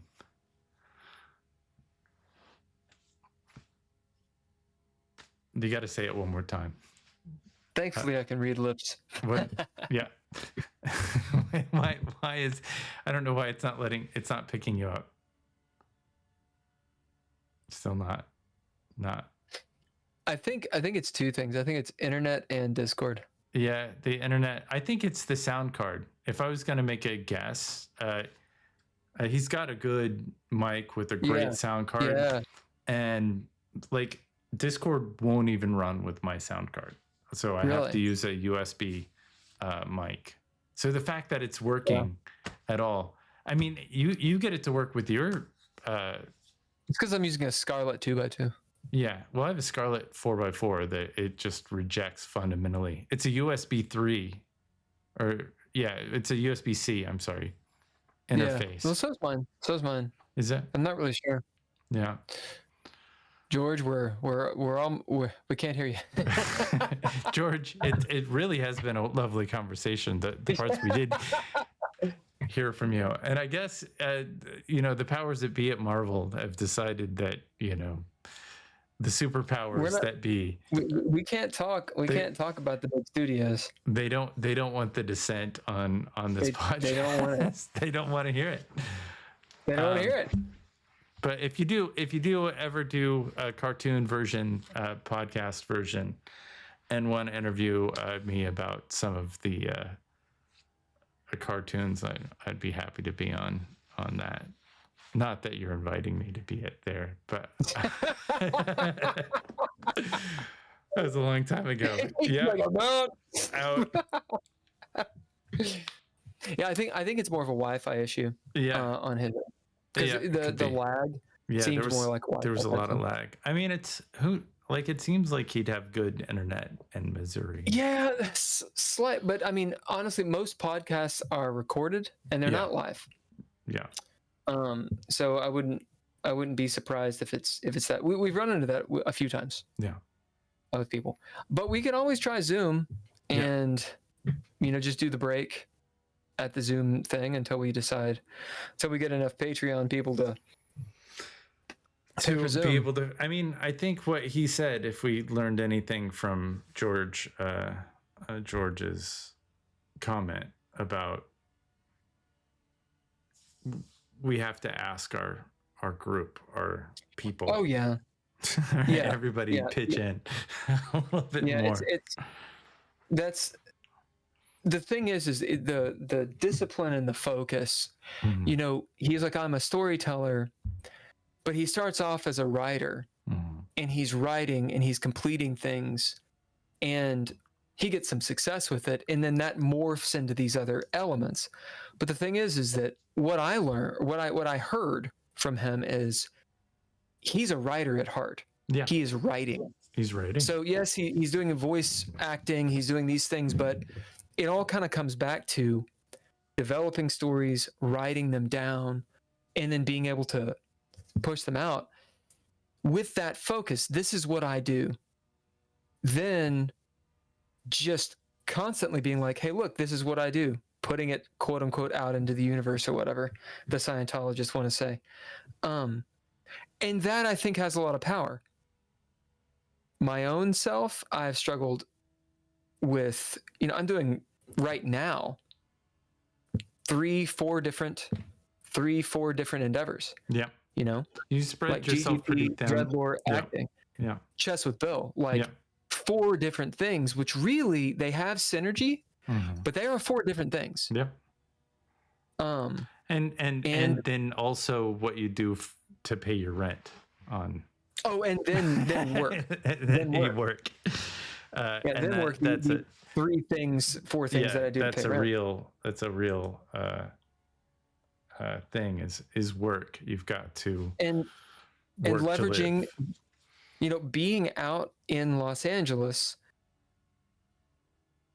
I am out here for acting. Sure. But leveraging it for, there is a creative community out here. Sure. And it's not one that I've really leveraged. Yeah. And finding it too is tough. I think a lot of finding it.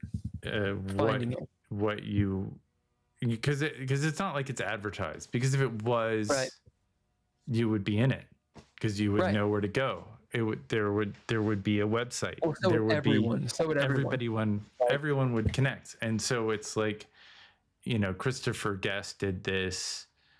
They built a crew of different actors and did a indie film.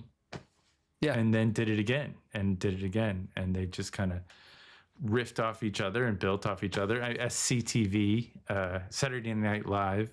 That's how it kind of started. Sure, there's money behind that stuff, but it was also there's got to be a community. And things start with a community first. Like, if you can find that collaboration, that's huge. And I'm sure that it is in LA. I just don't know where. Yeah, and it's hard to find. It is really hard to find. It took me a year or 2 before I really found a group of people, and the group of people that I found were very supportive. And we did a lot of stuff. It's kind of looking back on it, if I hadn't have found that group, I would have done a third of the stuff that I did out there, maybe less. Right. I wouldn't have gotten any gigs that I did get, because and post COVID is hard, because how did I meet those guys? Well, I met them because I worked at Radio Shack, and every single person that came in the door, I gave them my business card. You see, that's also the focus. That's the focus. Yeah. You're promoting that. You're doing that. But I don't know how that works now. A lot of what I do, it's right here in this room, and that's kind of, an online thing is, there's a back and the forth. Why be out here? A lot of the people we've talked to on this podcast that are doing things, pretty much all of them are doing things. Sure. They don't live in one of the, most expensive cities in the world. Yeah. Because art is not necessarily start paying well right away. Right. And I don't know how people do it now. Like the rent that you pay, I would have difficulty with the remote work that I do. It's double my mortgage. Yeah. GGP, I think one of the things that we could learn from this conversation is having a clear goal for GGP. Mm-hmm. And meaning not just what are we doing, because we're already doing it and we're doing it consistently. Yeah. We talked a little bit about this, but the idea of going to maybe conventions as press and interviewing people and being more of like an authority in that regard. Sure. That's a goal. Yeah. Right. And it's like we're this is the kind of thing we're trying to go for. And a lot of our audience is like, I think George is a very good audience, or a very good guest for us, because it's dealing with, you know, science fiction and fantasy and storytelling, and not necessarily into video games or tabletop gaming, but it's in things that people can understand and be very geeky about, and have, you know, it's general enough, but it's actually specific enough. And it, you know, his world that he built with his characters, they're science fiction. Cool. They're going to other planets. It's definitely, very it cool. Sounds like a fish out of water story. I listened to some of the podcast, there's audio drama that he made, and it's pretty interesting. The characters are really engaged, and it's a fun experience. I mean, I can tell that they're in different places because everybody has a different mic and stuff like that. Sure. And that it's not super, but as a form of getting your story told by actors, I can't think of a better way to do something like that in this day and age that's affordable, because getting and casting all those people to come to your place in real life and do rehearsals, and like, that's time consuming. Sometimes when I think about like I said, being out here and then talking to people about doing movies and scripts and everything, I sometimes think it's like we have in our mind what it is to make a movie, and I think it's changing what making a movie is. Sure. I was in this conversation with someone about the first movies, and how, and you probably know more about this than I do, how what they were going for was actually more of a theater thing that they were using moving pictures for. And there's not really any camera angles, and there was no sound. So all they knew was what they had. Okay, so then you fast forward, and people are innovating as is necessary because there's no rules, but there's almost this idea of what is making a movie in the 30s versus what is making a movie in the 50s or the 70s are completely different responses. It seems like now, when someone says we'll make a movie, there's all these steps they go through. And I'm sitting there thinking, right, but what are the necessary steps that we have? Do I need a boom operator? Does the sound need to be just so like a big studio, whatever? Like, how are people actually watching this? And I think there's room to actually do something new based on what we have and what's actually practical. Sure. And it will be poo-pooed because it's not multi-hundreds of millions of dollars. But I don't think movies need to be that. Right. Well, I mean, your films are examples of that, where you've created worlds and a series and quite a bit based off of no money with the materials that you have at hand. I think that you've made some really good films, but I also think that you are not a marketing person or a publicist, that they would do well. No. And that's where we should be thinking. It's the content that we make is fine. I think that we could to do some shorts on GGP and they would resonate, because I think the subject matter is really quite good. If I had time, oh, how I would. But it's just like little things like that, you know. The short form is what is playing. It's not long form, and it's getting shorter. And the attention span isn't there. So it's like what we're doing is important.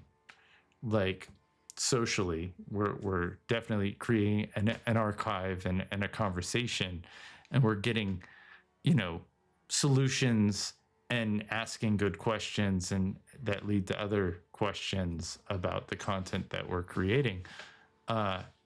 which is important, but is that what people are getting impacted by? Because they're not.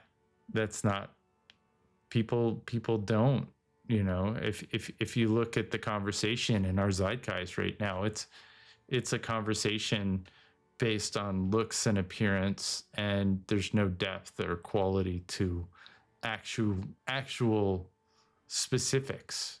People are, when everybody knows obtuse. it too. Yeah, That's the other thing. Like, obtuse is a great word for this. Willful ignorance. yeah, well, Like, for sure. People know Yeah, that it's fake. yeah, That social media it's marketing. People know it. yeah, And yet it's still, everybody knows, like not everybody. Most people know when you're walking through the grocery and you see totally organic, water. That's just marketing. you're right. It's just marketing. Yeah, No trans fat water. Like, and yet there's this idea like that no trans fat organic water is going to be at a higher price. mm-hmm. Like, and yet people will still buy it. Right. But I mean, it's and they won't even look at the ingredients, because the last couple of, there's preservatives, there's trans fats, there's sugar, there's like high fructose corn syrup. It says no trans fats, and there are trans fats. Yeah, there are definitely trans fats in this water. That's why it tastes so much. That's why when you pour it out, it stands. You can pour it. If you send an electric current through it, it'll like shape in the form of like. You can actually use it for energy and a battery. Luminescence. It's actually my light. Yeah, right. Anyway, I like George. I did as well. Was it Lucas or David Lucas that Lucas? What's his name? Zellers? Lucas Zellers was on his podcast. I wanted to ask him about like if he enjoyed the conversation with. I wasn't there for that episode, so. I'm kind of surprised he jumped on, because I was modeling the whole time with Lucas. He was a champ though, because he dealt with it with grace. And you guys talked for a long time. Yeah. It was a good conversation. Yeah. It was a good conversation. Yeah. Anyway, we've got some really good conversations coming up. Yeah. At various times of the day, with some interesting people. Yeah. So I think on the back end we can improve, and and if we take anything away, it's one word that George suggested, Sirois suggested, and it's persistence. It's persistence. And we're not alone. Reach out, use your friends, use your family, use resources. If they don't have it, create a network that, bring the party. And the party. That's something that I've said for a long time. I kind of stole that from a friend of mine. You got to bring the party, because that is where we're gonna succeed, if or not fail. If we bring the party, if we are the party, nobody can stop us, because we have our group. Well, we definitely need to sit down and think about some ideas. Sure. And whatnot. All right, man. Well, let's close up this GGP. Yeah. You want to read it out? Yeah. We had George Sirois on our podcast tonight. He was a fully interesting writer. He's written I guess he's on part 3 of a trilogy, possibly more, of a series called Excelsior, and there's a 5-part series from Parts Unknown. He's a public speaker and a podcaster, and you can find his podcasts, Excelsior Journeys, which I think is not too unsimilar to the Geeky Gamer Podcast, as well as his Marvel podcast from Duck Till Dark outside the Marvel Studios. This has been the Geeky Gamer Podcast with a score by all lowercase letters and Mr. Interrupt. Super duper thank you to our Patreon members. Tim Roberts, Daniel Holker, Nostalgic, and Natalia Cline, as well as art media by Couchfire Media, and all the other shit is by Trois Replay Productions. Is really by the Trois Replay Productions. Check out their movies that are not good on Amazon Prime. They're very good. The startup is amazing. I look forward to seeing what happens next in the business world. I mean, if anything, if you're going to talk about the startup, you did that like 3 years ahead. You were 3 years pre-pandemic, and that was a pandemic. The execution is just, I need to remake it, or I don't know. I don't know. Really good. Just nobody likes it. Nobody likes it. I thought it was funny. I mean, it's funny if you're a geeky, nerdy guy. Yeah, you have to pay attention, and people don't want to pay attention. I think that's what it is. Human person. For all the human people. All right. See you guys. See you.